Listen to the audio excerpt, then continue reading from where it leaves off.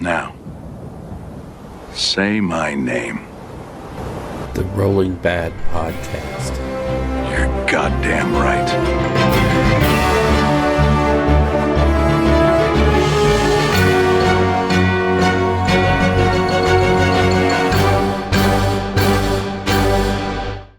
Coming to you almost live from the heart of Umetrica in Rio Rancho, New Mexico. It's the Rolling Bad Podcast, episode number 140. That's 10 from 150. Oh, wow. Yeah, it's weird, isn't it? It's February 5th, and I'm your host, Bill. Dinosaurs on Dinosaurs? Yes, please. Castello with me. All the way from the token co-host closet is Josh. Bill's going to be talking a lot this episode. Alt. Yeah, it's the one time yearly that I wrap up LVO, and yeah, it's the me show. Yeah. I'm just here to look pretty. Yeah, lick your lips, look pretty, and, there you go. Oh, my gosh. Holy crap. I texted you on last Sunday, and I'm like, I want to record right now. Yeah. It was such a high going to LVO. It's such a great time, and they put on such a great show and had such a good time. But we're going to get into that in lore. I'm not going to bore you now. Or actually, bore us in lore, please. I'm going to bore you now, and I'm going to bore you later. Oh, so it's what I do. So quick overview, LVO, 950 40K players, the amazing 326 AOS champs players, absolutely nuts when, and I'll get more into this in lore, of course, but Scott Reed, the TO for the big Sigmar event, he was sweating it from Wednesday night on because he had been allocated enough tables to do 300 people. And he's like, but we've sold 330 some odd tickets. Oh, well, there'll be drops. No, there was people waiting in line to get in.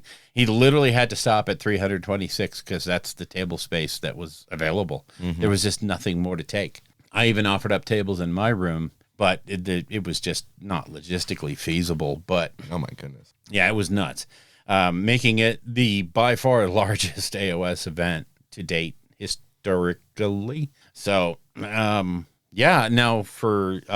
I'm going to link this video into the show notes, but the guy who won AOS Champs, Javon Noah Singh, he did a video with Rob, Honest Wargamer, 6 Dice Skills. Everybody that plays AOS needs to watch that video. That guy is what gaming is all about. And the fact that he won is bonkers cool. So I actually met him briefly because Jake Berry was like, hey, dude, you got to come see this guy. He's going to win. And little did we know he did. So, but yeah, definitely check out that video. The guy has a heart of gold and, he's a super competitive player, obviously. But his whole thing was the reason he went to LVO was not to win. That wasn't his goal. His goal was to make 5 new friends while he was there. And I'm like, oh, that's too cool. And, the way he just talked about each individual game, what it meant to him that the other person had as good a time as he did. Yeah. And like he says, I'm completely focused on, playing well, playing competitively, and doing well. At the same time, I don't want any of my games to be a negative experience for somebody else. Definitely. So, but watch the video. In his words, it's much, much better. And he's a super cool dude. He's really, I'm super happy for him to win LVO. That's awesome. Awesome. Congrats. Yep. And he's part of Tough Crowd, so hoorah. Anyway, so shall we rock into New Dawn? Or do you have any opener stuff? I had one more. Go ahead. Seeing as I'm the token co-host today, I don't really have much to add to the intro, but I definitely will have smarmy comments throughout the rest of the show. I hope so. Knock me down a peg. Yeah. It's like if you get too high, Bill, I'll be the sun to your Icarus. Like, okay, that's fine. Melt my wings. I don't care. I don't care. No. I'm not gonna put them in the model anyway. Yeah. One last thing I do want to say, and I haven't said this in a long, long time because I really hate that, but we do have a Patreon. If you like Patreon, please give us a little bit of support or just join the Discord. I don't care. Whatever. If you don't have it, don't spend it on us because we're not a necessity.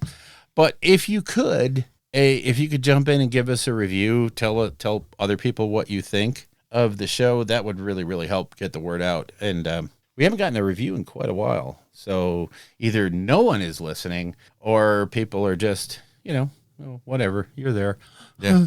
But that wasn't the feedback I got at LVO, so I don't know. Anyway, leave us a review. That'd be awesome. Please. New Dawn. Going to talk Lord. about the LVO reveal show that I did not get to. Yeah, I mean, there was quite a bit of stuff there. It was super late at night. I happened to wake up at like 12:30 after it already finished. I went back and watched it. Man, there's a bit of everything for everyone. I'm pretty stoked about this. There was nothing really mind-shattering, but across the board, it's a really great reveal. I really, good. Except for Wrath of the Soulforge King, which I'll comment on later. But anyway, so they showed us Strike Force Agastus. They already showed us the shadows of it. We knew they were going to be Primaris with rocket launchers coming out. This is it. It's the Brutalis Dreadnought and the Desolation Squad. And for all those who have been having a hard time getting this model, new Lieutenant, this is your chance to get it. So this new Lieutenant, though, one thing I will say, God, in the endless parade of lieutenants, this one's got a lot of options he's got a power fist, for God's sakes. Yeah. I mean, he looks coolish. It was painted in Smurfs. So yeah, the Brutalis Dreadnought, it's supposed to be melee oriented Dreadnought. So your Space Wolf players, your White Scars players, like a lot of folks are going to be really enjoying a melee-oriented Dreadnought, which just has pokey fingers, really. Yeah. And looks like a few guns mounted on it. It's like a Redemptor that got a little angry. Yeah, and they've needed it for some time. They really have. Yeah. Just some type of option, right? That's not going back to a Vendread. Yep. That does a little something more. And, of course, it does look like a Redemptor, so it's not terribly fancy. But, I'll take a melee Dreadnought. I will take it.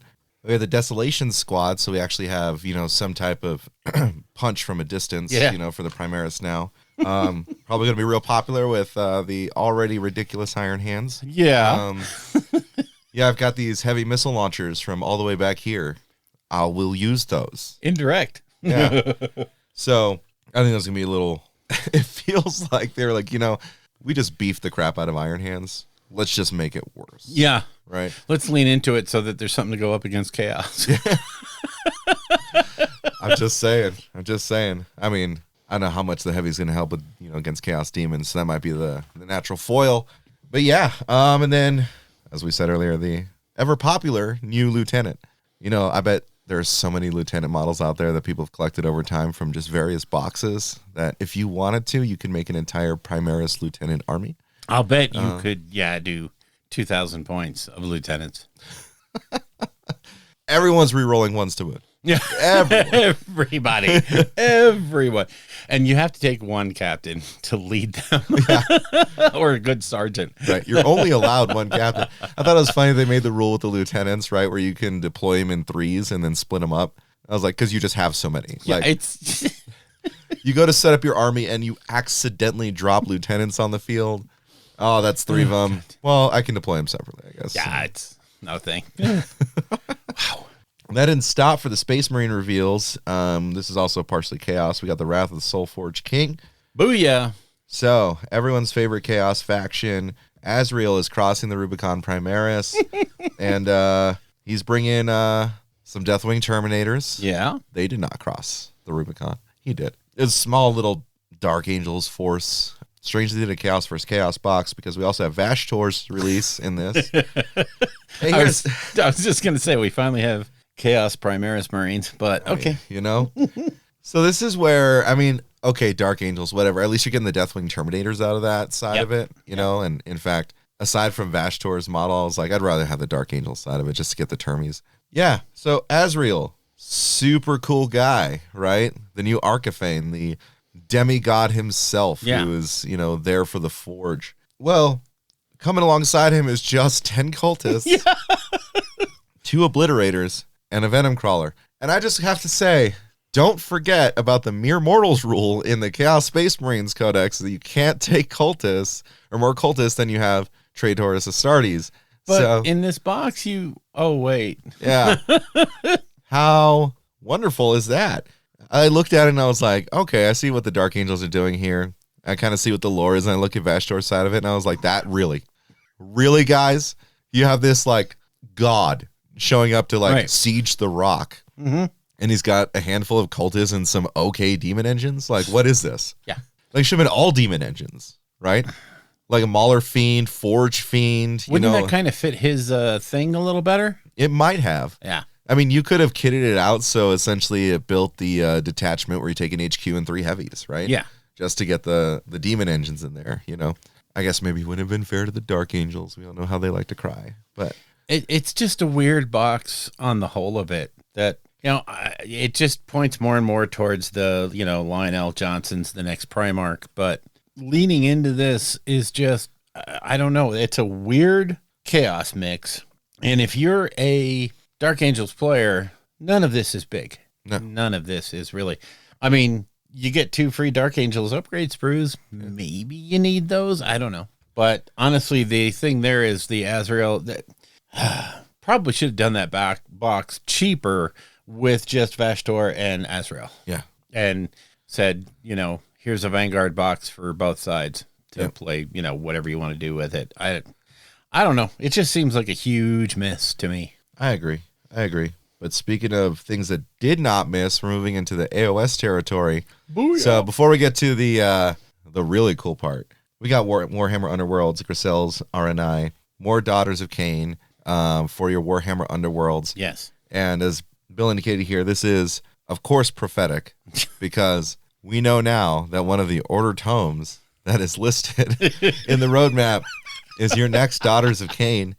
It's been 6 months. Come on. Right? Every time GW is about to go under. Yes. Daughters of Cain. New daughters come out and save the company. If that didn't help out enough, they have LRL in their back pocket That's just to right. launch another one. Yeah. Right? Yeah. So, well, Bill, you take this next one because I think you are stoked. Oh, just a little bit. The Seraphon. Okay, dinos on dinos. Yeah, buddy. I'm here for it. So the new Slan Star Master is just like they've always done. It's a mini Croak. The model is just gorgeous. It's just literally Croak's model downsized. So huzzah for that. The Raptidon Hunters and Chargers looks like one kit builds both. Yeah. So yeah, it's just, your guys on Cold Ones. So, oh God, they're so good looking. To me, they're a little bit boxy. They look a little sharp angled, but they're still awesome. They're such a great update. Saurus Warriors. Who knew? Oh my God. And of course they, come flat out and say, hey, the Order Codex is going to be Seraphon. Yeah. So thank you, God. Not that Seraphon are in any way, shape, or form hurting right now. Yeah. I think just once that book, the old book dropped, there was a big uptick, and then it just kind of was, it got sort of overshadowed, but there's still a really good army. I mean, they're still really well done. In fact, the player in the event that was doing Seraphon was having a grand old time. So yeah, this Seraphon release probably coming in the spring. I am all in for that. So yeah, I mean, I'm with you. I mean, I have a pretty sizable Seraphon force myself, and new sculpts Nice. would be great. Yeah. I mean, it'd be annoying to have to buy Source Warriors all over again, but the new poses look so that's just cool. it. Is I am literally, the day that comes out, I am taking my old Saurus Warriors and binning them. They are going in the trash. I do not like those models. Yeah. They are so Warhammer Fantasy Battles. Those poses with them straight up. Yep. I hate it. Yeah, there's no personality to them. It's just, very much like they should be on a square base. No dynamism whatsoever. It's now they look, we could tell from the Seraphon Blood Bowl team kind of what we were going to get, and that's what we got. So, yay. They look fantastic. Oh, fun side note, Corey at the shop, he wants to take those new Saurus Warriors and turn them into a Necromunda team. Oh, He's nice. actually talk about, some like reptilian style, Seraphon-esque alien species out there, which, by the way, we know that the Seraphon crossover. Come on, right? They have spaceships. They don't deny it. Yep. So yeah, they cross over. Literally have spaceships. So, go back and listen to us talk about the Broken Realms. Yeah. And how they literally have spaceships that they use to, they shot a castle into the sky, into space, and blasted it with their spaceships. Yeah. No doubt they've traveled to places. Just a little bit. Right? So, this next one, oh my God, the models. Warcry Blood Hunt. Jesus. Vampires versus Corn Mortals. And it is so awesome looking. As Bill properly noted here, if you have a furry fetish, I guess we'll say, humans that want to be the corn doggos. Yeah. All of it looks so great. Terrain, of course. Every single Warcry release, the terrain blows my mind. So after the release, there were some folks doing the World War II Flames of War and bolt action that were looking at those models going, there's the bamboo we need for our Pacific stuff. Right. And I'm like, yeah, I just looked at it and I was like, yeah, perfect. Yeah. So awesome terrain. The vampires look cool. Yeah. And they're what you would expect. The idea of the corn mortals that worship the flesh hounds and want to be flesh hounds, and just the way they have decorated themselves, like the one dude that's on all fours, the poster child, if you will, who's like wearing a flesh hound skin. Oh my God. It's just some twisted idea that a sculptor had, and they turned it into a war band because they're like, that's cool, but we're not going to do a lot of that. Right.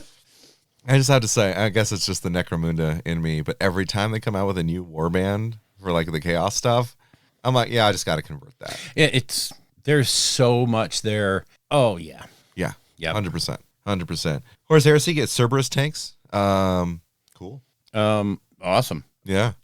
Cerberus been a long time coming. I have seen a small undercurrent in the 30K world of, okay, we have enough vehicles. Stop. Yeah. But I don't know. It seems to me like that's the space they can go into, because really, what else are they going to do?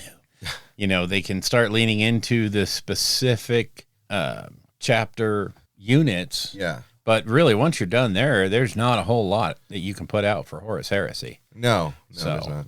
I mean, just because of the limited scope. I mean, it's literally Space Marine on Space Marine. That's it. So they have categorically refused to bring in Xenos. Yeah. Maybe that will change in the new edition. I don't know. Who knows? God, why do I do those high notes? That's so lame. I don't know. I don't know, Bill. It's kind of weird. Monkey say monkey do. Talking about high notes, Kill Team Soul Shackle. Oh, We finally get the judges. The Hall of Justice has been unlocked. And for all of you that love Judge Dredd, it's literally just the 40K Judge Dredd now. and yeah, if you do the Judge Dredd role-playing game, boom, here's your models. Yep.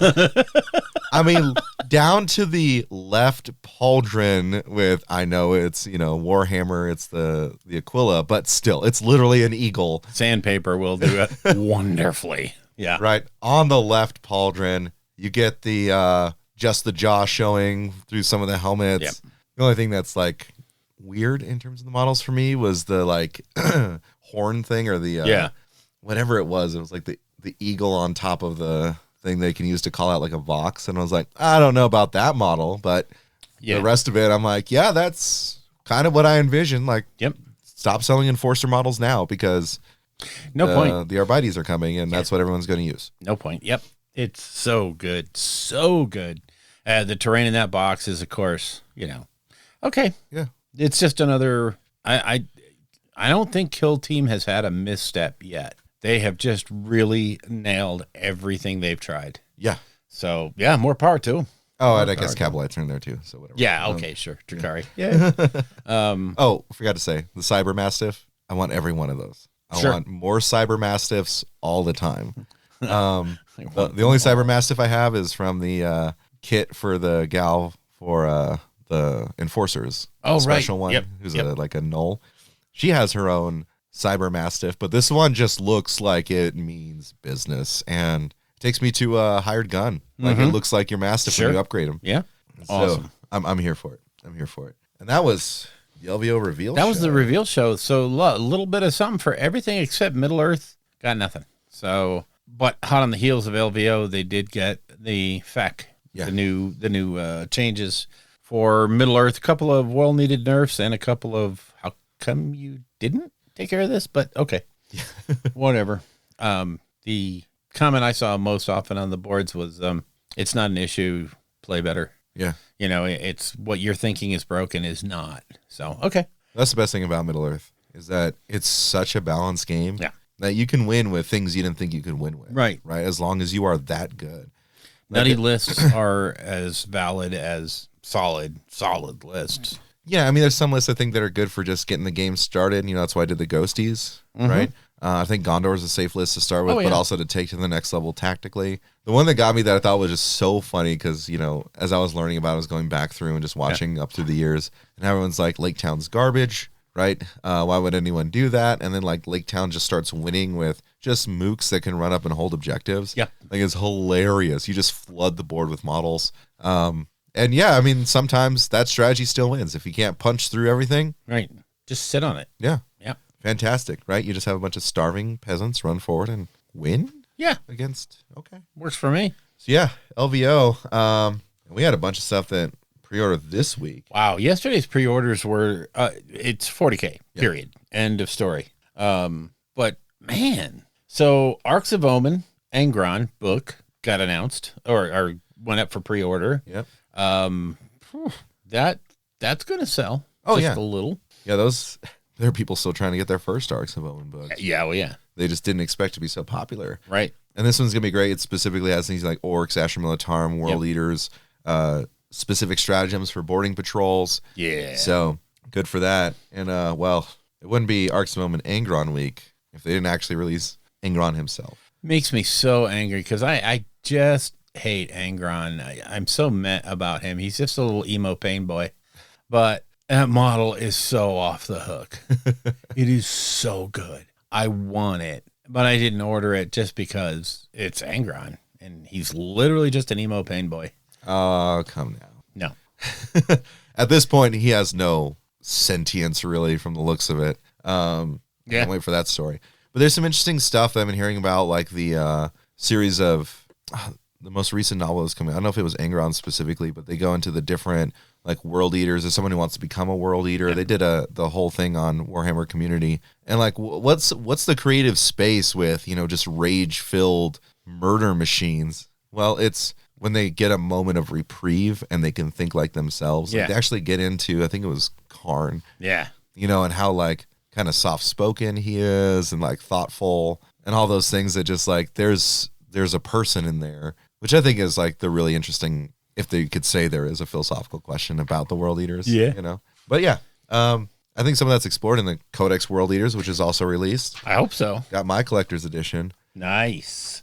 And then Bill's not a big fan of the Lord Invocatus or the Exalted Eight Bound. I was just putting there and there to trigger. I was just trying to trigger. Those are awesome. I mean, those. Yeah, they are.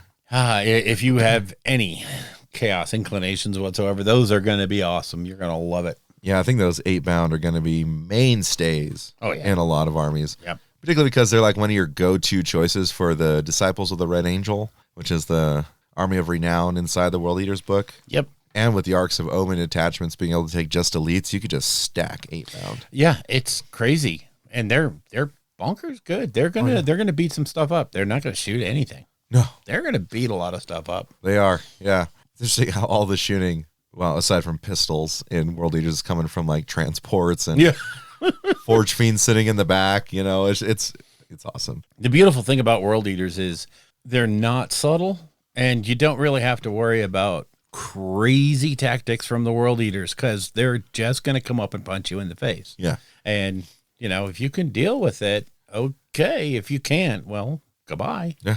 So I can see a lot of early wins for World Eaters with people that just aren't going to be ready for that initial. It's going to be like Iron Jaws. Yeah. Just getting that charge off, getting into your face, ripping it off, and moving on. Yeah. So, yeah, World Eaters are going to be fun to play, I think. Oh, I think so too. And like with the Lord Invocatus stuff where he's got the add a 2-inch move, and then if you take him as your warlord, you get to pick him and 2 other units. They get to do a pregame move.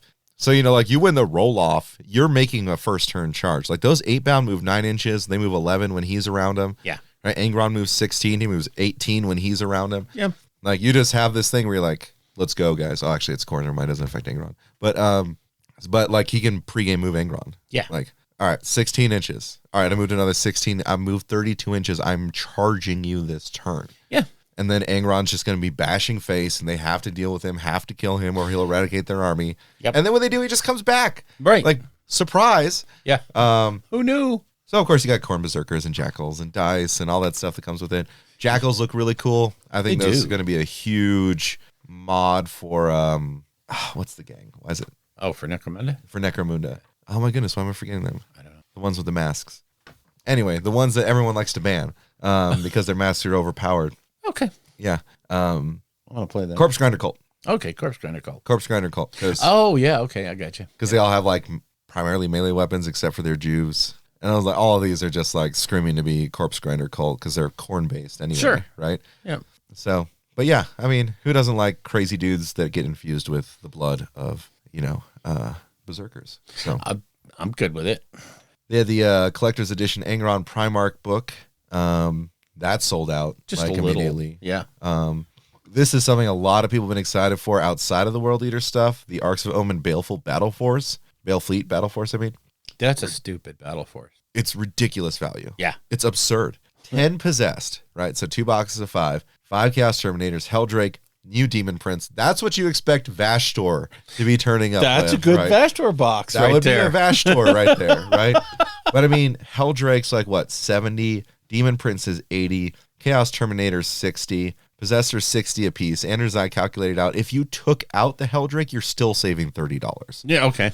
So Right? you're saving 100 with it. Okay. Yeah, exactly. And that Demon Prince, I mean, as much as I love that model, it's gorgeous. $80 is steep. So if you can get this, if you need everything in this box, Yeah. excluding a Helldrake, because you're going to, might as well get that, you get $30 off of a Demon Prince. Is Yep. what you think of it, right? Which is about where he probably should be. Yeah. Saying, or maybe 60. I don't know. Sure. Then we got the most boring Oh my God. boarding patrol Space Marines ever. If this is supposed to go up against that other box, I'm like, why? No. Right? Don't the other one coming out has Abaddon in it, right? The one that's scheduled to come out for Yeah. the cast. So yeah, this one up against Abaddon, and we should be good. I mean, Abaddon takes up like 300 of your points, but Sure, but he's Angron. yeah, he's Angron. So yeah, that was one of the most vanilla Space Marine launches I've seen. Like, why? Yeah, it's a captain in Gravis armor, 10 assault intercessors, and 5 heavy intercessors, which is a huge why. Yeah. What is the purpose of this box other than to maybe move models that aren't moving, but they're still not going to move? No, I mean, it might bait newer players into it. They're like, Sure. I don't want the Necrons, but that one looks like it has all the basic troops I need, so I'll pick that up. Yeah, I bought my, Indomitus box, and now I need this. Not really. Okay, buy it. Whatever. Right? Whatever. That's our thoughts on that one. Blood Bowl, we get Bryce the Slice Campbell, star player that's been kit bashed for years, actually gets his own model now. It looks really cool, right? Gotta love the homage to, Bruce Campbell, because it's a chainsaw wielding skeleton. Yeah, go figure. It's got spirits around it. I mean, it's so Evil Dead that, they might get sued. But but he looks great. I'm excited for him, especially all those death players out there are probably going to snatch him up. Oh, yeah. Then 30K stuff, we got the Alpha Legion and Raven Guard upgrade sprues for the made to order. Made to order side. Almost bought the Alpha Legion stuff if I didn't have to buy everything this week. God. Yeah, I know. This was a bad week for you. It was. God, though, the Beast of Chaos and Gits look good.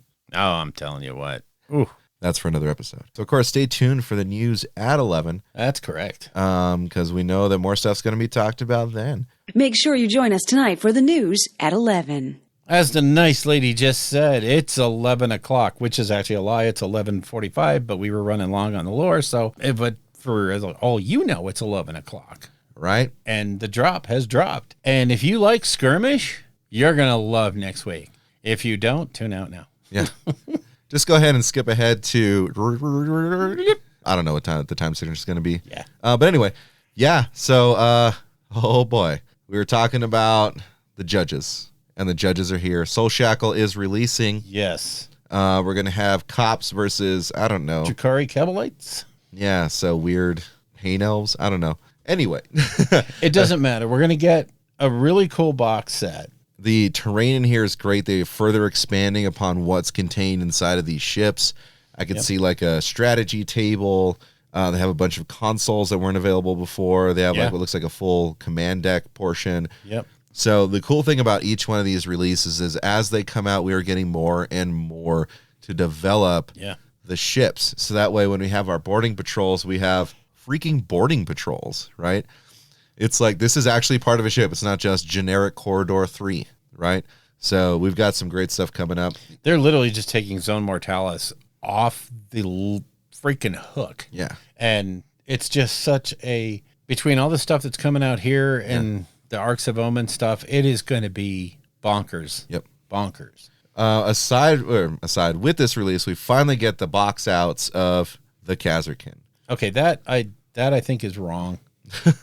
That's just wrong. Oh, just wait till you get down to the lower parts, Bill, because I love Kazarkin. I love me a better base.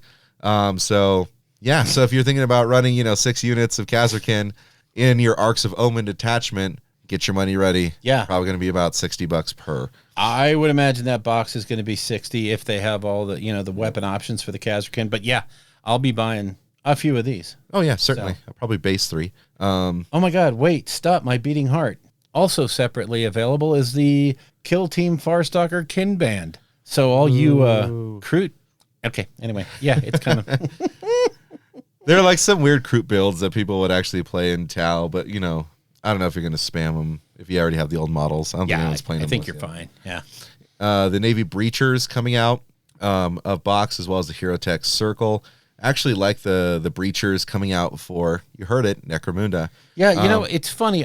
For some reason I like that Kill Team. I don't think they play necessarily all that cool. Yeah. But I just love that overall look. I don't know why. So I love the guy with the like emergency axe, and then you have the little like robot going around. I call him Johnny 5. The shield with the shotgun. I mean, there's just so many cool bits in there. Yep. Right? Necron sucks, so moving on. Hey, stop that. Killzone Gallowdark. So if you didn't get the terrain last time, it's being launched now. I'll be doing that one.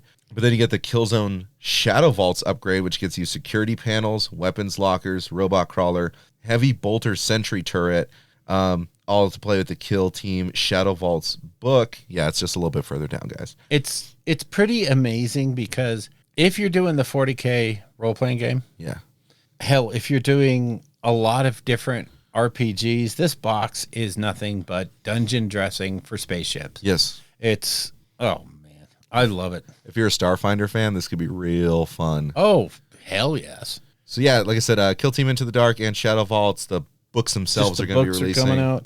So if you didn't want to spend all the coin on the big boxes, you can now get everything you need. And here comes probably my favorite part. It's weird to say it, right? But the Boarding Actions Void War bases are coming out. Holy crap. 60 bases sculpted to look like the graded metal found in void ships and 54 decorative elements to add grills, gantries, and bits of hardware. Those things are so beautiful. I want to put all of my armies on them. All my base are belong to me. Yes. That's probably where a fair amount of my money is actually going to go. Yeah. But they look just amazing. I remember when they were talking about all this, before the new year, and I was just like, oh my God, I can't wait.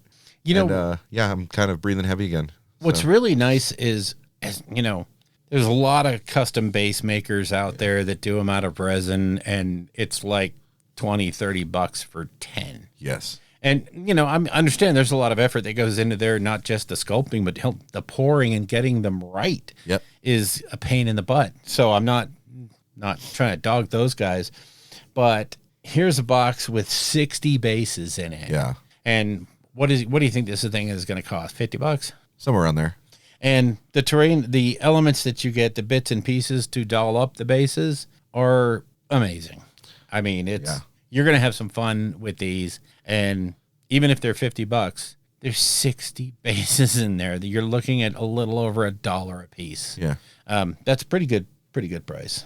I have to say too, with how I've been doing my World Eaters bases. So if they're just on a 32, I've got the already pre-made like sculpt ones. I'm not using the Necromunda ones, but Zone Mechanicus, right? Yeah. So I'm using those ones as my bases if they're 32 mil, right? Yeah. And when I'm doing these strangely sized bases, so like my Demon Prince or my Lord Invocatus that I made, I was actually like carving up pieces of like tanks and stuff and like gluing them at angles so it looks like within this desert there's just stuff buried.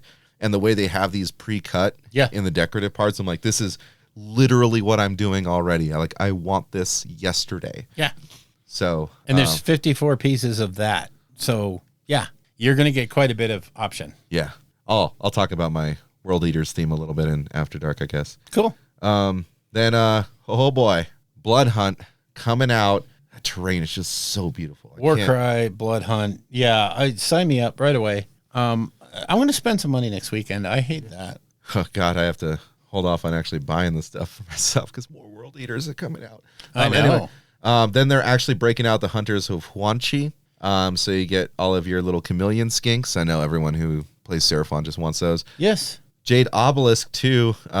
There's my next Necromunda team, by the way. I hear you. But here's the thing. I saw this at the bottom. I was like, bastards.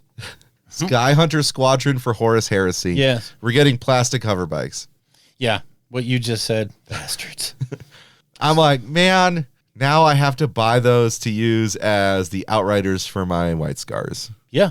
Like, I have no choice. Yeah. Well, you have a choice, but you don't really have an option. Oh, no. Fair. Wow. Those are nice. Those are so nice. Salamanders and Word Bearers upgrade kits are coming out as well. For Horus Heresy, yeah. Yep. That's awesome. White Dwarf 485 preview here. We got, that's Karn on the cover. Oh, look at that. That's for sure. And let's see, Boarding Action Bonanza. New rules for boarding actions coming up. Information on boarding pods, Void Sieges, and Iron Warriors Bronze Rod boarding patrols. 40 pages of new rules and background for Orcs of Omen. Wow. Holy cow. Wow. A boarding action to liberate Karn. I did not realize he was unliberated.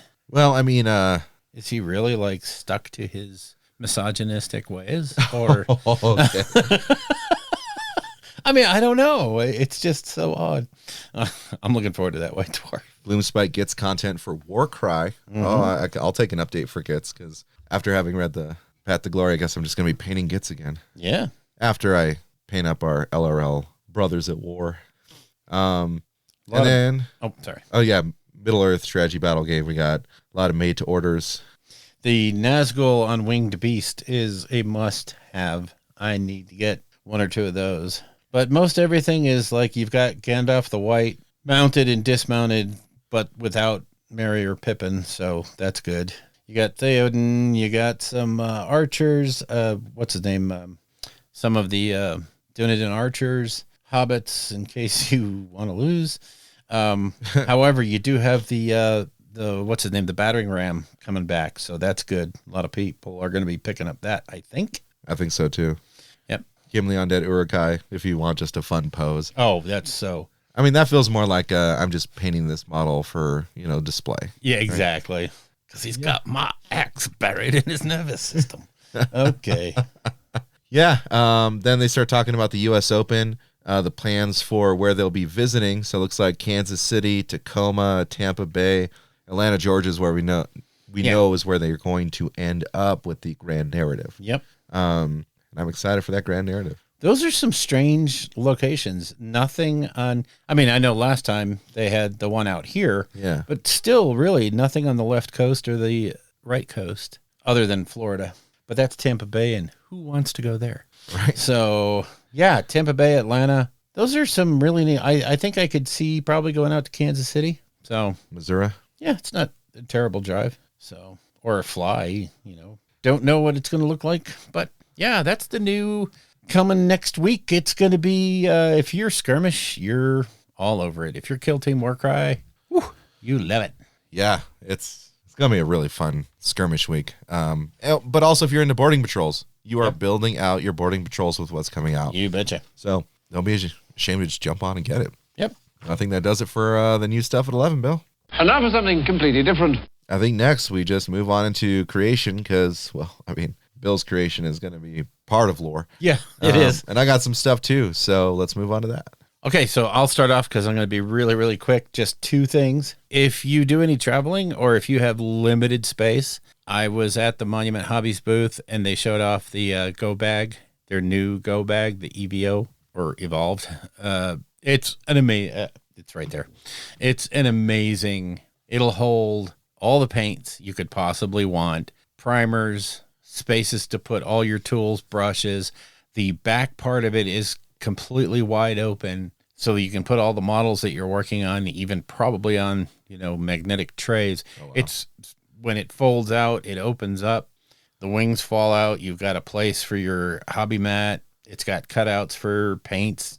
It's, I bought it just because of the amount of traveling and it's going to be huge. It's awesome. And it fits in an overhead compartment. That was one of the big design space things that they did. It's a little weirdly shaped, being somewhat triangular, but it makes it super handy when it's on like a hotel desk that usually are not very deep. Yeah. This thing will allow you to hobby right then and there. And you can throw, it's got plenty of room for like one of those, the battery operated out lights or, the USB out lights. Yeah. So yeah, it's super. If you're doing any kind of traveling or if you just have a small space for you to where you can work and you have to put it up every night, look into it. It's pricey, but it's super worth it. All your stuff is in one place and it's protected. So I could dig it. Yep. That's all I wanted to. And the other thing I wanted to talk about was if you're into Pro Acryl paints, which you should be, because they're probably best on the market right now. 2 new sets of signature paints have come out. One set from Ninjon and the other set from Vince Venturella. And honestly, these are the colors that you were always like, well, I have to mix this. I have to make this. And my knowledge of color theory is so bad that sometimes I don't mix it well. So these guys went ahead and created like the flesh tones you always wanted, the royal purples that you always wanted that are not like in your face purple, but still gives you that, There are some shades of different, well, literally these are pre-mixed colors. These are mixtures of other colors in the range, but they're already done. And all of those highlights that you've always had to just sit there and mix your white into the base red, boom, here's a bottle, pour it out. Nice. You're good. Yeah, just 2 awesome sets. Again, it's Vince and Ninjon, so they're going to be good. Yeah. So now I'm done. Or shut up, Bill. I guess I'll just run down my checklist here.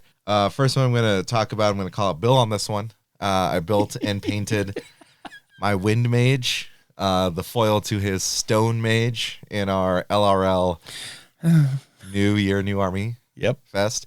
I had to stop there because I had to do all this stuff for the Ever Chosen event for my World Eaters. But I have built one of my Huracan Wind Chargers, so I just have 4 more of those. And then I did get a Wind Spirit, so I'm hoping to hit our 500-point discussion by the end of February.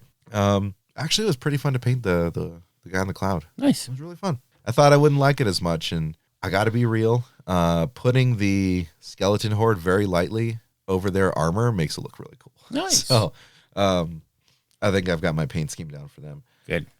Painted 5 World Eater custom-made Berserks. Painted a World Eater's Mauler Fiend. I saw that. World Eater's Rhino. Just covered in blood and gore. Yeah. Love it. Then I custom-made and then painted a Chaos Lord on Juggernaut. I'm going to use him as my Invocatus because I modeled him with a bolt pistol specifically because that's what Invocatus has. Right. So I took the GW kit for the Mortals on Juggernaut from AOS. Yeah. Got the backpack, got the arms, got the chain axe. Yep. All of it's on there. Nice. It was a really fun kit bash, actually. So I got that fully painted. I built in prime 10 bloodletters. I finished my test paint this morning.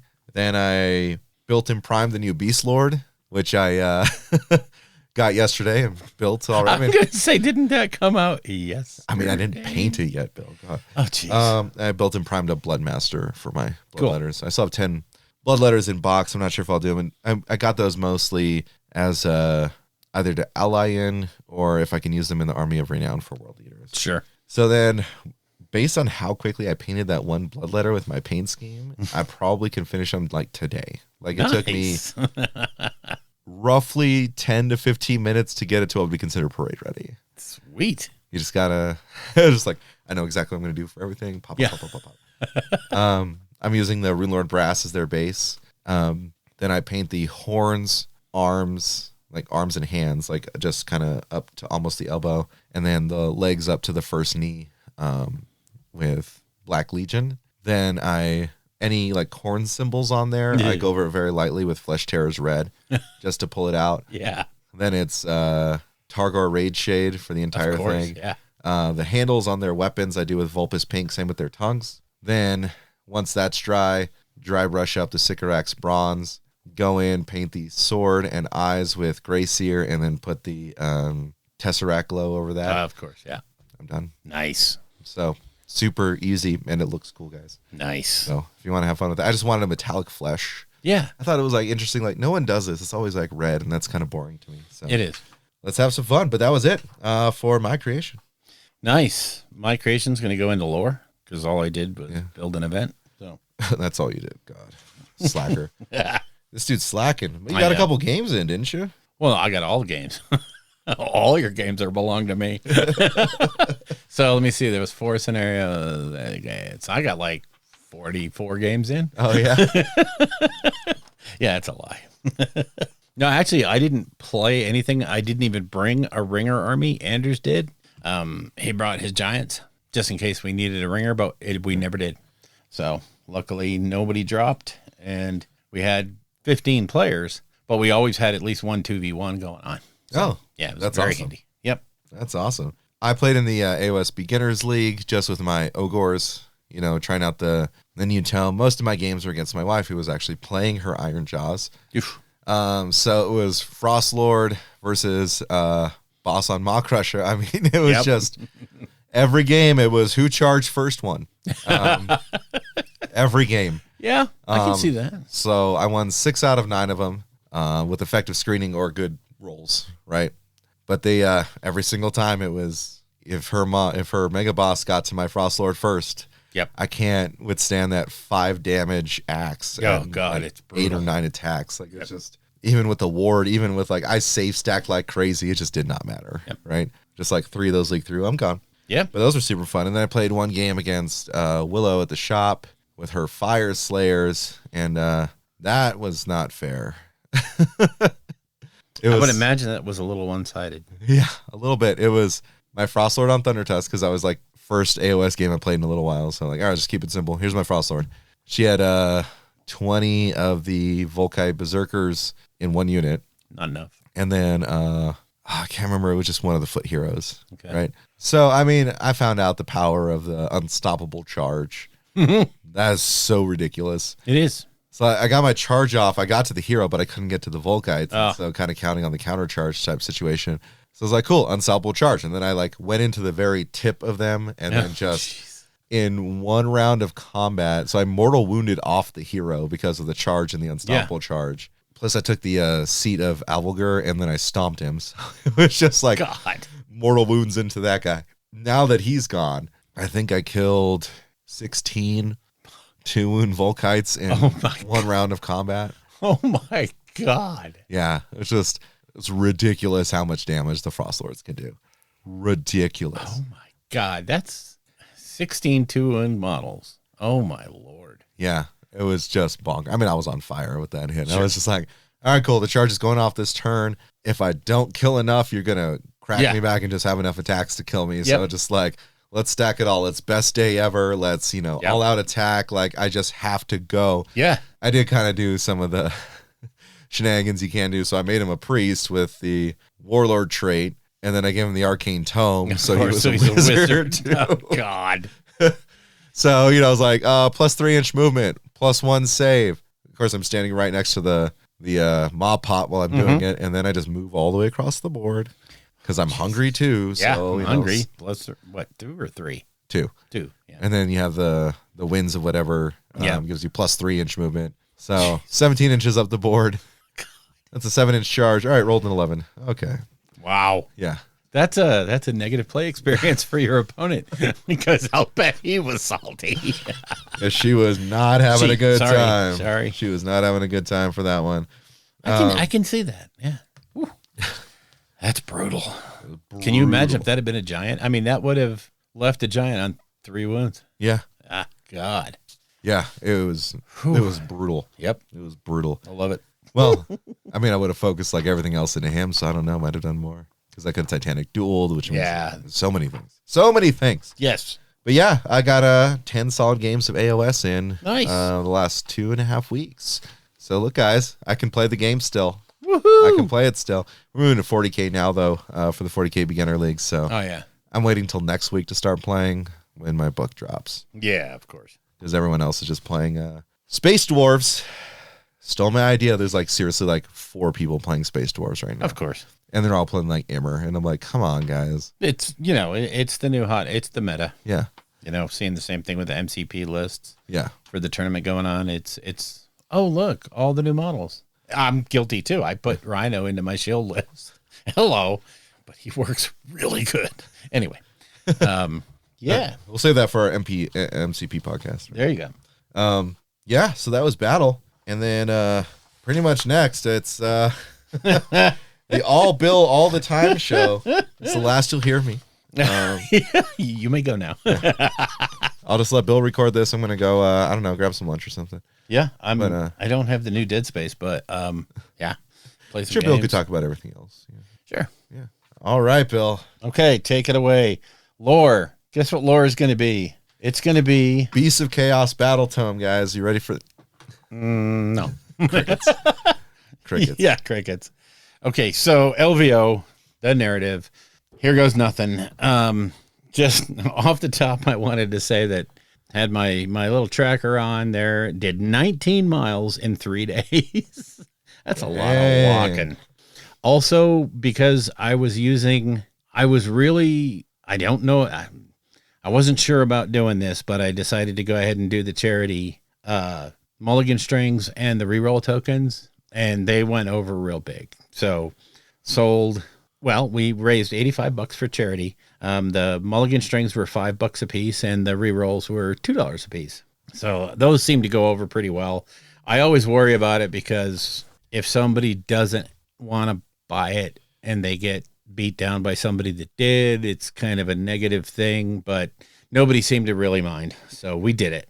I want to start off with a bunch of thank yous to folks at LVO. First of all, the players, because they just took the ball and ran with it. They just went out and turned it awesome. We had so many cool stories that came out of this. We had a dwarf player who played the first game and did not realize that the big piles of gold, the actual gold, was gold. Yeah. And once he found that out, he went on a personal crusade to get all the gold. I mean, yeah. All. He would go to different tables and he's like, hey, here's the deal. Next round, we'll match up. We'll grudge so that we play each other. And I promise I will lose. And you can have all the gold on the table.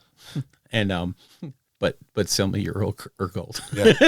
I mean, he was doing just amazing things. One thing I do want to say at the top, I'm not going to name any names because I did not this year. For some reason, I forgot on the questionnaire to put whether or not I could use your name on the podcast. Yeah.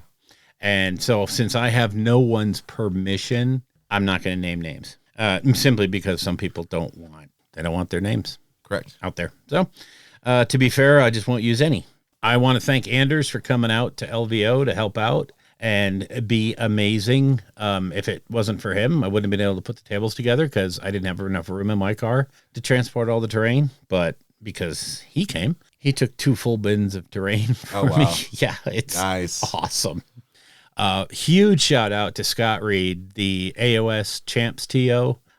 Scott has been TOing LVO forever. He also does a lot of the Southern California events and gets precious little recognition for all the work that he does, but literally ran a super smooth, almost no complaints, biggest AOS tournament in the country. Amazing. Well, actually in the world, excuse me. Yeah. Scott's an awesome guy. And of course, after we hooked up on Thursday, all of his questions were like, how can I help you? How can I help? And I'm like, you're setting up 326 tables. How do I help you? Yeah. No. How do I get you set up so that you're ready to go for your event? And quite literally, because of the snafus on day one or Thursday before all the players got there, he literally took mats off of his tables so that I could have the desert themed mats. And then he worked with FLG to get replacements. Oh, wow. So yeah, I mean, he's an amazing guy. From Frontline Gaming, big shout out to Kicker and Mike. And Kicker, of course, is the guy that runs events for FLG. Amazing. He was running around like a chicken with his head cut off the whole weekend. But when you did manage to corner him, you didn't feel like he was like, well, listen, I got to go take care of some 40K stuff. Yeah. No, it was like, all right, we're on to your problem now. What do you need? Yeah. And I was just glad I didn't really need a whole heck of a lot. But what I did need, he made it happen. Awesome dude. And of course, Mike, the logistics guy from Frontline Gaming, who was doing he was getting all the terrain boxes and the mats distributed. Yeah. You don't realize the undertaking when you have 30 different game systems. I think it came out to 1,800 tables that had to be set up. Dear goodness. No, I'm sorry. It was 1,300 tables across, for the painting, teaching classes, the game systems that needed stuff, the mats that were all provided by LVO. Just amazing what that guy was able to do. He was super cool. The Warhammer Underworlds TOs, we shared a room with. It was the AOS Narrative, the Warhammer Underworlds, and the Blood Bowl group. We never saw the Blood Bowl TO until Friday, I think, when their stuff started. And he was the hall boss. He was supposed to be taking care of the room. Yeah. He never showed up. So me and the Underworld TOs guys, we just figured it out and we made it all work. There you So go. those guys were awesome. They had some super cool prizes for their event, and damn, they had a good time. And last but not least, big shout out to Byron Ord from Artis Opus, Facehammer. You may know him from such hits as Everything Facehammer and Everything Artis Opus. I was just sitting around chatting with him, and I thought to myself, we're going to judge the painting competition, and I'd much rather have a guy from England get blamed than me. So I asked him if he would go ahead and judge the painting for the narrative, and he was like, yeah, hell yeah, let's do this. And it was awesome to have Byron. I literally learned more about paint judging in like 25 minutes than I had learned up to this point in my life. Holy cow. Yeah. That's awesome. Yeah. I was 59 years old when I learned how to judge a paint contest. So yeah, that dude's awesome. Got to spend a little bit of time, of course, with Scott, with Anthony Magro. You might know him as AOS coach. Such a great guy. And he was able to make it out to LVO. Saw him out there Thursday. And I was like, dude, I've hashtag known this guy for years, and we'd never met in person. So it was so much fun to just sit down and talk shop, and that's so cool. Showed him Anders Mega Gargants and Gargants and literally floored him. He was like, I need your Instagram now. So yeah, it was he was really super impressed. Of course, Jake Berry was there from Tough Crowd, and of course, Rage of Sigmar. Hello. So Nero Hewitt was there. He must have thought I was drunk because I was going 8 ways to Sunday when he pulled up the first time. Yeah. But what's nice is Nero wants to do because my event is always going to be Friday and Saturday. Yeah. That way the players have Sunday to just knock around the convention if they want. Or if they want to play in the AOS doubles, they can go do that. Nero is going to run a narrative event on Sunday, like a 3-game quickie one-shot narrative. Oh, that's cool. And I'm like, that's a super great thing, because literally I can pack my stuff out. Boom, the tables are ready for you to set up. And, we can probably work that on Saturday night. I'll just box up all my stuff and we'll unbox yours. Yeah. So, or, for the LVO stuff, we'll just put it there. So Love it. Yeah, that's great. Nero's going to do that. That's awesome. Also want a big shout out to all the listeners that came up and said words of encouragement or, man, you're stupid. Yeah, either way, it was fine. But I was really impressed. Got more people came up to me at LVO than did at like Nova. So that was kind of cool. And I was wearing all my, Rolling Bad stuff at Nova. So Yeah. that was weird. As far as the pack goes, I'm going to put the pack on the Discord. I don't want to talk about it too much, but the way the game was structured is this is Oasis of Flame 2. It's a continuation. It's basically 4 caravans in the Akshi Desert. They are vying for control of this oasis. Yeah. They're using the players to exert control over the oasis. The way they do that is by offering all kinds of different things that you can buy for coin, Oasis coin, that you find during the scenarios. The really crazy part of all this was, first of all, I had to make up 4 scenarios to play. That would be fun and interesting for narrative players. Yeah. Then you have to put on the board the treasure piles that the players are going to use to get that coin. And you don't want to make those treasure piles the focus of the game because then it ruins the scenario. Yeah. However, if somebody wants to go all in on treasure, that's fine. Because, obviously taking a loss in this game, in this event, didn't matter. The total number of coin gained is what mattered. So that's how you won. I didn't even track wins and losses. Didn't care. There was 2 different types of treasure pile. There was the regular little normal treasure that got you 1 coin. Then there were these Urgold tokens out there that got you between 1 or 3 and 6. Yeah. You could just turn it in for 3 and walk away. Or you could roll a die. On a 1, 2, or 3, you got 3. On a 4, 5, or 6, you got 4, 5, or 6, but you got a curse to go with it. Oh, okay. And the way the curses worked was you would get a curse card. You would have to give that to your opponent at the beginning of the game. And then they would play it on you. And it was all bonuses for your opponent. It was always working against you. So, yeah, it was quite fun. Some of the curses were very nasty. Some of them were really fun. We also introduced prayers this time. The prayers were completely overpowered. I understand this. And they were designed to be overpowered because if you bought a prayer, you got a curse with it. Because not everybody had a priest in their force, their army, I basically said, if you buy a prayer, your general and your avatar immediately gain the priest keyword for that prayer only. So you couldn't go through the book and pick prayers, but you could cast the one that you bought. Okay.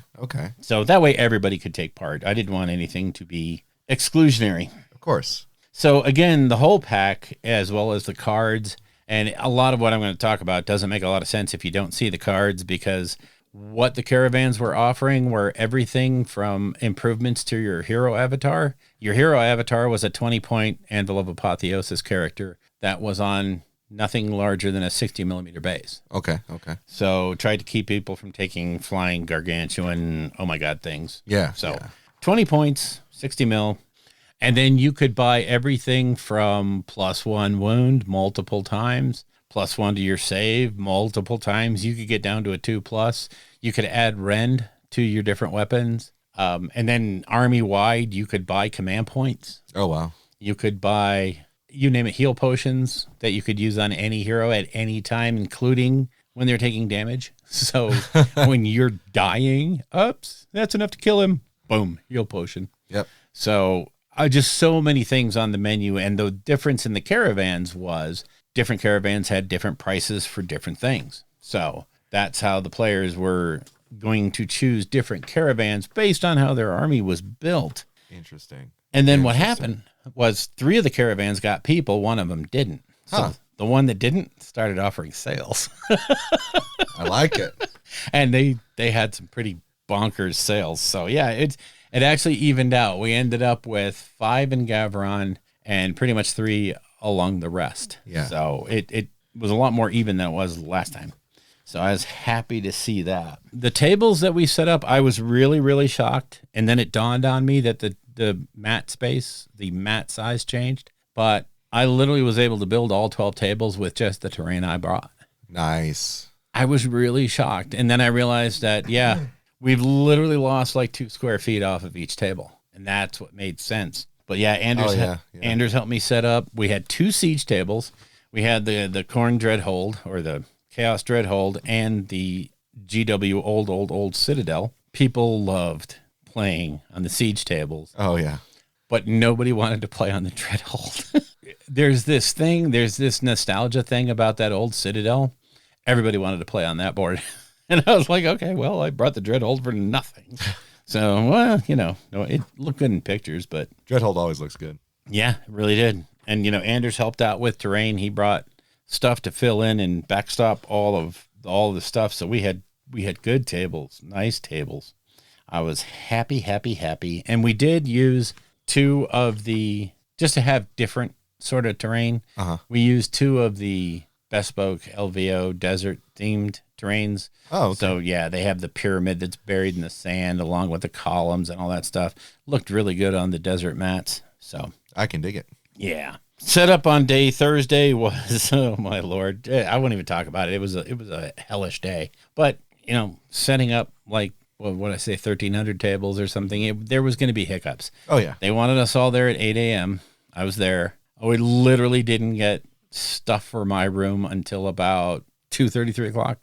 And by that time, Anders texted me that they were at the front desk. Yeah. And I'm like, well, okay. Timing. So, literally in the beginning part of the day, I just helped set up the 40K and AOS tables. You just pitch in where you can. Yes, sir. We finally got everything set up Thursday night, which was the night of the big reveal. So we didn't see that, but no big deal. Beauty part this year was they had a loading dock that was right next to where you set up instead of having to hump it from the parking garage across God. 2 hotels. Yeah. It was like, boom, put it on the loading dock, carry it. Oh, I don't know, maybe a quarter of a mile and you're boom in the room. So life is good. Oh, definitely. So Friday, day one, we do the meet and greet. Everybody says, hi, how are you? We're narrative players. We're going to have some fun. Most of the rules in the pack did not apply to game one, just because wanted people to get to know each other first. Of course. And that went over real well. The first scenario was reconnaissance and force. Basically, players started out in the corners. There were 4 objectives in the middle and 4 objectives in the very corners. The objectives in the very corners were sticky, so they would stay under your control even if you left them. Gotcha. However, if your opponent went and took them, they would flip. Yep. So pretty simple game. Didn't want anything really crazy in the very first game. Losses did not count in the first game, so you could just pretty much play full bore, and it was a lot of fun. We had one group of 4 players that wanted to push their tables together and play it like a huge 2v2. Okay, yeah, fine. I don't care. And they took the 2 temple tables, the Storm Vault tables, and we slid the mats over, and it was kind of comical watching 6 adults try to, anyway, it was, if 4 monkeys fornicating a football means anything to you, that's what it looked like. Oh, God. Yeah. So, but anyway, they had a great time. Everybody said that scenario worked really well. It was super balanced. It was good. So I was really, really happy with that. Got the first game under my belt. Life is good. People started getting coin. People started doing stuff. People started discovering what it meant to play the field or to become allied with a caravan. Yeah. So, yeah, life was good. So game 2, a little bit later on that day. So losses started counting. People are going to play a little bit more carefully. Yes. And this game was called The Missing Pieces. This one had random value objectives in the center of the table. So basically in the center of the table, 12 inches from the center line, and on the short side and 24 inches on the long side were the 4 objectives. And whoever had the first turn would roll a die for each objective and put it on the objective, and there could be no duplicates. So it was going to be worth between 1 and 6 every turn. That's so cool. So, yeah. So cool. Yeah, it was kind of fun. Got a lot of good feedback on that one, that it wasn't so, it wasn't like some of the GW book scenarios that had random values that changed. This one was so unpredictable, you couldn't strategize over it. You had to just go with the flow. And that was the whole idea. Sounds very narrative, Bill. Yeah. I'm not trying to knock the GW scenario, mind you. I'm just saying it was different enough from that nobody hated it. So, and with that, the end of day 1, basically the caravans were pretty much squared away. Everybody knew where they were going to be allied with. A couple of people were still playing the field because they didn't want to commit, and they were going to just ruin everything, which was awesome. So yeah, they were having a lot of fun. So we got together Saturday morning a little bit later. Friday we started at 9 because I like to sleep in. I like to let the players sleep in. It's Vegas. Yeah. Think about that. Saturday we started at 10 because Saturday comes after Friday. Yes. And Friday in Vegas is different. So told everybody that we really wanted to get the games in on time today because we had to strike at the end of the day. The first scenario was protecting the wards. This is a rewrite of an old GW scenario. Or no, I'm sorry. This is a Holy Havoc scenario. Oh, okay. With a bit of a rewrite. And it didn't work. I freely admit that the wards were too strong. We had none of the Ravager players win this game. This is the scenario I got the most feedback on. Basically what I wrote down is there's the back section, the far section away from the attacker player is 12 inches deep. That's their setup area, and they can't set up outside of that for any reason. Okay. Storm Strike, I don't care. You set up in that area. It's divided into 3 zones, 3 wards, and there's a ward stone in front of each one of them. The ward stone has 15 wounds and a save of 4+, can only be damaged by melee attacks and spells that do mortal wounds. And they have to be within 9 inches to do the spells. So none of this Nagash sits across the board and just makes them go away. Unfortunately, I made they were too strong because they could be garrisoned and the warding player could come and go through the wards. The attacker couldn't. So like the Iron Jaws player, when he wasn't able to get a charge off, it was over. It was pretty much, he was not going to be able to do anything. Yeah, that sounds right. So yeah, it's basically what I did was for the scenario going forward, I'm going to literally have the wards lose 5 hit points every turn at the beginning of every ward player turn, starting with turn 2. That way they will fall. Yeah. No matter what. And you'll have to fight over that ground. Didn't think of that before, but now I know. Honestly, in some of the sandboxing, it never happened that way, but I realized that I didn't look at every different faction. So that one was where the Fire Slayers player was like, look, dude, I'll take the hit. I'll take the loss. Yeah. And he couldn't. We got good feedback on that one. And then the very last scenario on Saturday was special delivery. This one was designed to be just a gut punch because you start out in table quarters. It's all done in table quarters, and you are assigning 6 objectives to 6 units in your army, and you have to get them to a 12-inch by 12-inch triangle on the opposite side through your opponent's deployment zone. For every package you deliver, you get 1 victory point. Whoever has the most victory points wins. In the case of a draw, well, don't draw because it's the last game. In case of a draw, we snap a pull cue, throw it in between you, and let it play out. Let it play out. People had a grand time with this one. This one was you have to move and engage. Yeah. You just have to engage. So it was got a lot of decent feedback on the game. People loved the scenario. It worked. So life is good. I was happy. And of course, at the end of all that, we had to total up all the gold and all of the stuff. Meanwhile, while all this is going on, there are, like I said, 2 tables with citadels on them. Yes. And we had a separate section of siege rules, which I mostly lifted from the Nova narrative. Okay. But I had to change because they are dealing with a wall that just goes the length of the room. I was dealing with 2 citadels that, could be busted open. Yeah. So had to make a few changes here and there, but basically used a lot of his ideas, a lot of Matt and Justin's ideas. And people love playing that. And that was almost always 2v1. That was the 2v1 table. Yeah. And I had a couple of people come up to me and say, that was the most fun I've ever had playing AOS. That was just bonkers good. Oh, yeah. So sometimes, and, again, the siege rules, the siege warfare rules will be in the pack. I'm not going to go over it all because balancing the victory points was the hardest part of that. So, yeah, it was kind of fun. And people loved that table. And 2v1 was the perfect arrangement on that one because it gave the attacker enough stuff and the defender never felt like they were just so out of it. They couldn't come back. That's so cool. So, yeah, I was really enjoying those games, watching those games, and hearing some of the comments was so awesome. And the best one I heard was, wait a minute, I have a monster. You mean I can use that on the wall? And I'm like, yeah. Yeah. Oh my God, I've wasted 2 turns. So yeah, that was a lot of fun. So at the end of it all, like I said, I hate doing this, but I can't name names. But our first place trophy for the most gold went to the Skaven player of all things. I did not see that one coming. Yes. But he was piling up the gold.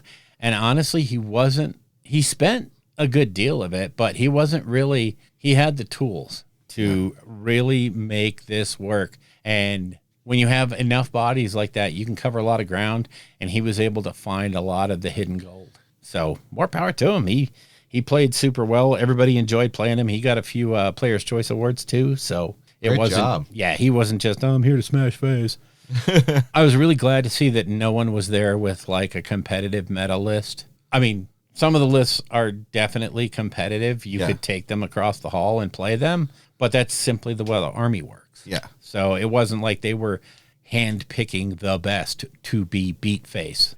No min-maxing? No, there was none of that going on. Second place was a great guy from Australia, and he was playing Stormcast Eternals, having a grand old time, and whenever he drew a curse, he never wanted to see it. He's like, give it to me face down. I'm just going to hand it. I don't know. I don't want to know what's coming. Love it. So I was like, yeah, you go, boy. That's embracing that narrative. You betcha. Yeah, he's like, I have no need to know what's going to happen. Yeah, instead of being like, can you give me -1 to my hit roll Yeah.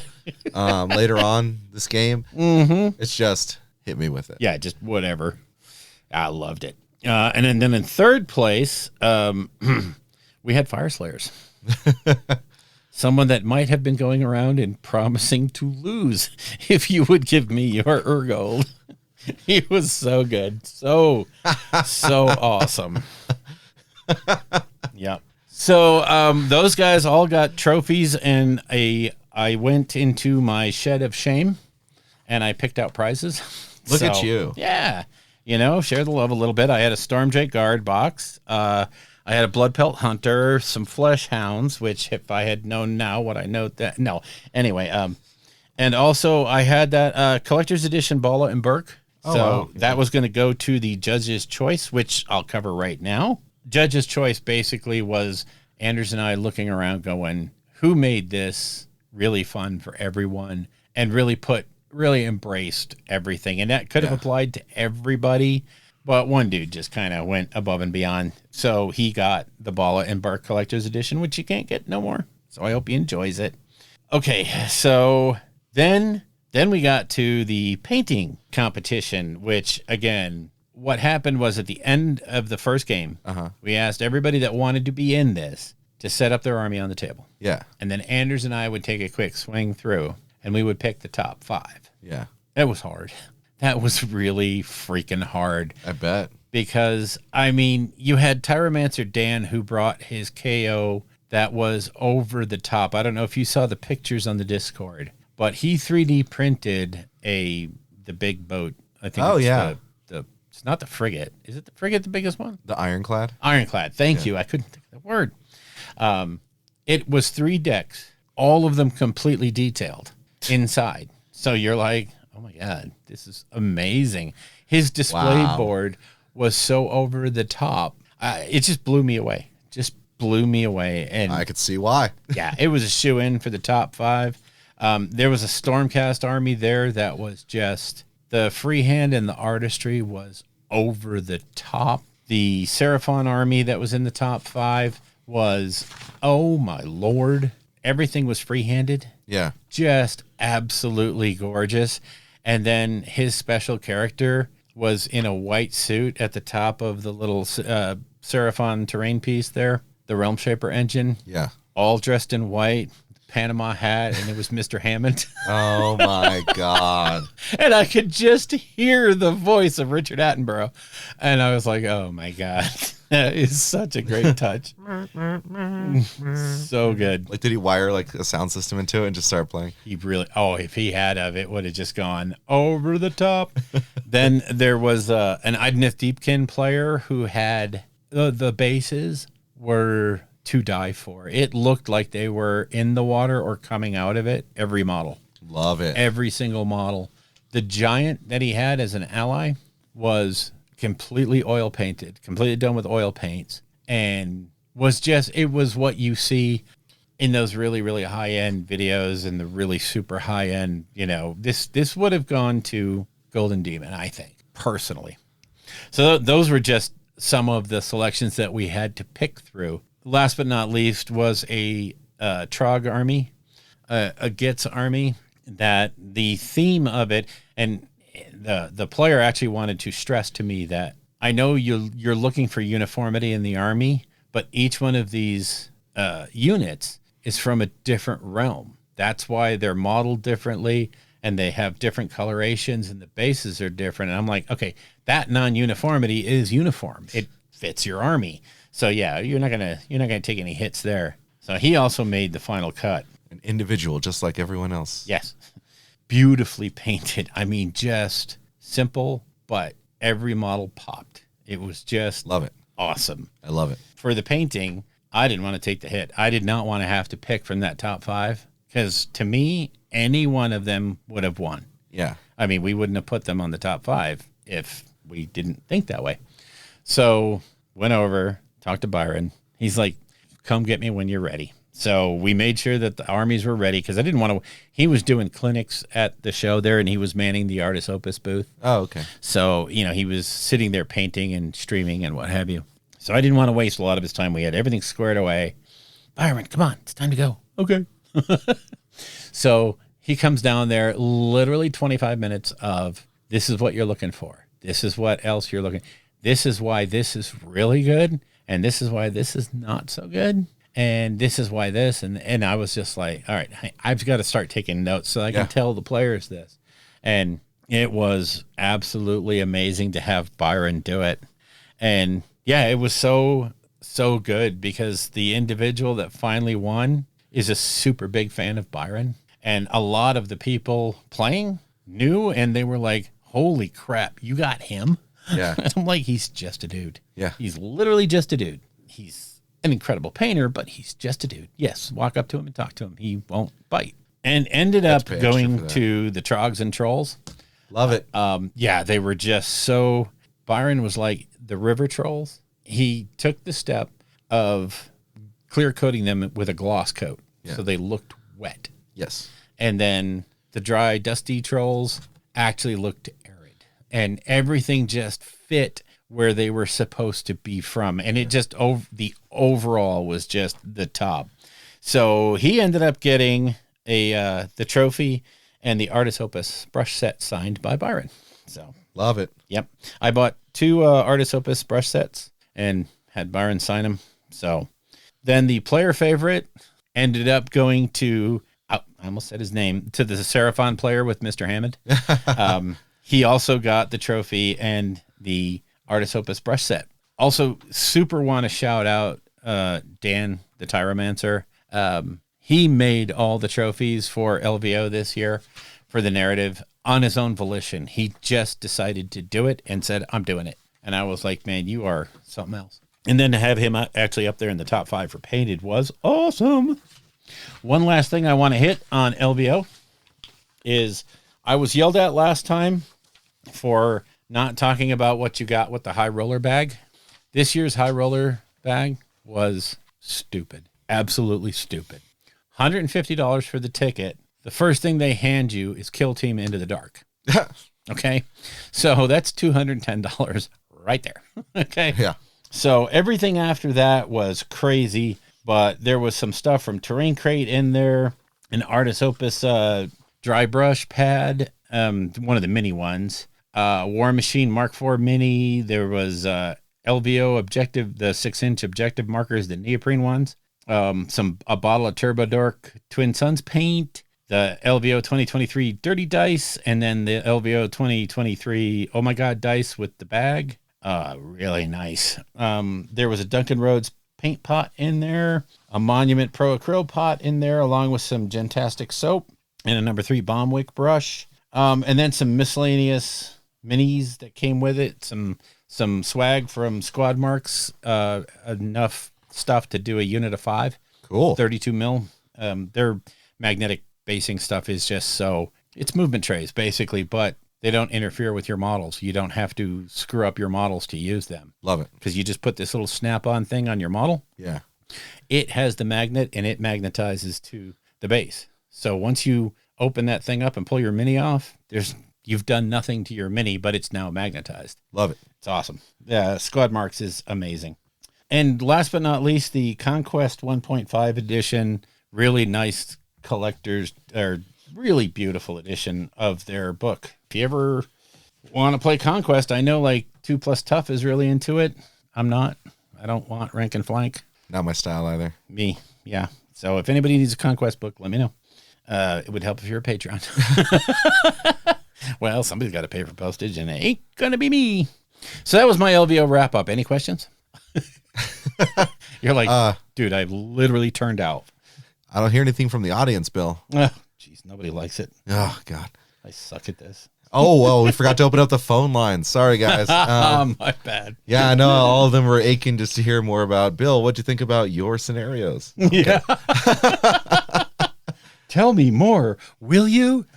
Oh, you got a bunch of great feedback. What was the bad feedback? Beyond it, no. Okay, no, actually, let's. The bad feedback was, and I will work on this. The bad feedback was allowing God type creatures, and you and I have talked about this. Yes. You should have to work up to that. Yes. The guy that brought Kragnos literally was trying to play in the doubles and brought 1,000 points. His only way to play in this was going to be to use his Kragnos and a giant to flesh out to 2,000 points. Yeah. So yes, negative play kind of, but it was the only way he could play. Yeah. So, So how about this, Bill? Looking back on it, I mean, aside from the one ward scenario that you had that was just so hard to beat because you just really couldn't do it, right? Yep. Aside from that, thinking back on it now, having looked at the feedback, having a week to digest it, what would you have changed? I think I probably would knock it down to 1,500 points. Okay. Just to make the time go a little smoother and maybe get an extra game in. Definitely rework that scenario and have a growth path that would allow people to bring those over 500 point models into the game rather than starting with them in your army. Okay. There was only 2, but it was enough. Yeah. So definitely would change that. And I told Anders that I'm probably going to completely scrap the caravans and their price lists and redo it completely to just give a little bit more differentiation between them. Okay. So the choice was a little harder on people. That's about it. That's, I think, what I would change. Something along the lines of so this one will let you buy more like aggressive buffs, but this one lets you buy defensive buffs. Yeah. But they don't sell the same product. Right. So that way when you commit to one, it's just like, well, I'm going all in on this one, or you have something that lets you be more magic oriented or something like that. Right. Yeah. What I probably should do is have attack focused, defense focused, wizard focused, priest focused, and be done with it, and leave them. They'll all have some of the generic lower cost items, but the high end stuff, the really big pluses to casting is only available through the wizard. Yeah. Only. So, yep, that's what I would change. I can dig it. So do you think, if you run this again next time, are you going to try and go with the same Oasis theme, or are you going to try and develop it out a little bit more? I think I want to leave the Oasis behind now. Yeah. I think I actually want to take the caravans more towards civilization and drag the players along with us just to give a little bit more flexibility. I chose actually in this desert simply because at the time when we first started this out, there was nothing there. Now they've got stuff there, and now some of the different areas are a little bit more fleshed out. So I would like to maybe go to Gur, and you have that natural built-in ability to use monsters as a great equalizer. We always use Anders' Mega Gargants and my Incarnate were always there to be an equalizer. If someone from the lowest rated house was in a lot of trouble, they might just send the Incarnate, or they might send, as it worked out, we had a guy show up on Saturday out of nowhere that didn't have a game to play, but had 1,000 points. Okay, we're going to throw you in that table or that table and let him play wherever there was a disparity. Like when someone was going up against the God player, they might need an extra 1,000 points to deal with that. So, I would like to have more flexibility than the desert. So we may move to Gur. So you go from Love Actually, Oasis Flame 2, the sequel, Yes. to My Girl or Girl Gone Wild. Yeah, Girl Gone Wild. There we go. I like it. Gone Girl. Girl Gone. Gone, baby, gone. So many fun names for it. But Yes. yeah, so I mean, Gur's kind of like where things are right now. So it wouldn't be a bad place to go to. Plus, moving from a desert to more jungly, bestial wilderness type stuff would be pretty cool. Just to open up some narrative framework. And, I don't want to have like a continent or something like that the players are. I really want it to be focused more. And since I've already focused on a city state in Gur, you may see a hell of a lot more of that. Yeah. So, and read that as you will see a crap ton of that. So, but that's about all I would really work on, and that's what I would change it to next year. Yeah, I think that'd be really interesting. So you heard it, folks. You're not going to be in for Oasis Flame 3. Nope. Oasis year. It's moving to Gur. It's going to be Oasis of Flame 3 with 100% less Oasis. Yeah. And 1,000% less flame. There we go. Right. Wow. What a wrap up. Yep. Sounds like it was a fantastic weekend. It was so much fun. And honestly, the feedback from the players is what really killed me. The overwhelmingly positive feedback. Even though we only had 16 players out of the 24 that signed up, it was still, everybody made it fun. Yeah. And I didn't really have to push any narrative on the players. They just took it, listened to the story, ran with it. Love it. Love it. Yep. Sounds like it was a fantastic time. And thanks for everyone who participated. Yep. Thanks for everyone who's listening in. And certainly this is, in a way, figuring into our narrative series because, Bill did this whole narrative event. And so if you want to look at the Oasis Flame 2, Bill said he'll be posting it up. And you kind of see what it is to build out a narrative event. Yep. Right? A lot of great ideas in here, except for the wards, apparently. That was a bad idea. Yeah. Bad idea. The game is its own reward, guys. Oh. Wow. Look to certainly as we talk through the other parts in our narrative series. There's a lot of stuff that's already in this that we're talking about, right? So you can kind of almost follow it as a primer and see where it takes you. Certainly, there's a lot more narrative stuff coming up. I think the next two shows we're going to be going into Beasts of Chaos and Gloomspite gets. Spoiler alert: the Gloomspite gets Path to Glory might take it as my favorite. I am loving every second of it. And it really draws me close to, what we saw at the Fire Slayer stuff. So look forward to more of that discussion the next couple shows. We are planning on recording some back-to-back shows, back-to-back weekends, since we had that little bit of lull at the beginning of the year. But we got content now. Yes. And we got stuff to talk about. And I only imagine, we got 5 or 6 battle tomes coming up in the next 2 to 3 months. So we're going to be some busy boys. Yeah. We'll be out of breath. I'll be talking more. Yay! Give Bill a chance to relax after going on that diatribe about. Yeah. Seems like just a really awesome, fun event. So, hey, if y'all narrative players can get down to LVO next year, damn straight. Do it. Yes. All right. You got any parting thoughts on LVO, Bill? Thank you for everybody that was there and that took part in it. And congrats to Jiwan Noah Singh with his Beast of Chaos beating an Iron Jaws player in the final round of the AOS competitive. I have not watched the game yet, but I hear it's amazeballs. And thank you again to all the AOS players for the no drama LVO narrative or LVO event, because I didn't hear of any. Oh my God, did you hear what happened? No, I haven't heard any of that from the champs. There was a little bit in 40K, but not much. They had a problem and they fixed it right away. So yeah, of course, it could happen with 40K, right? 950 players, you're going to have something happen at some point.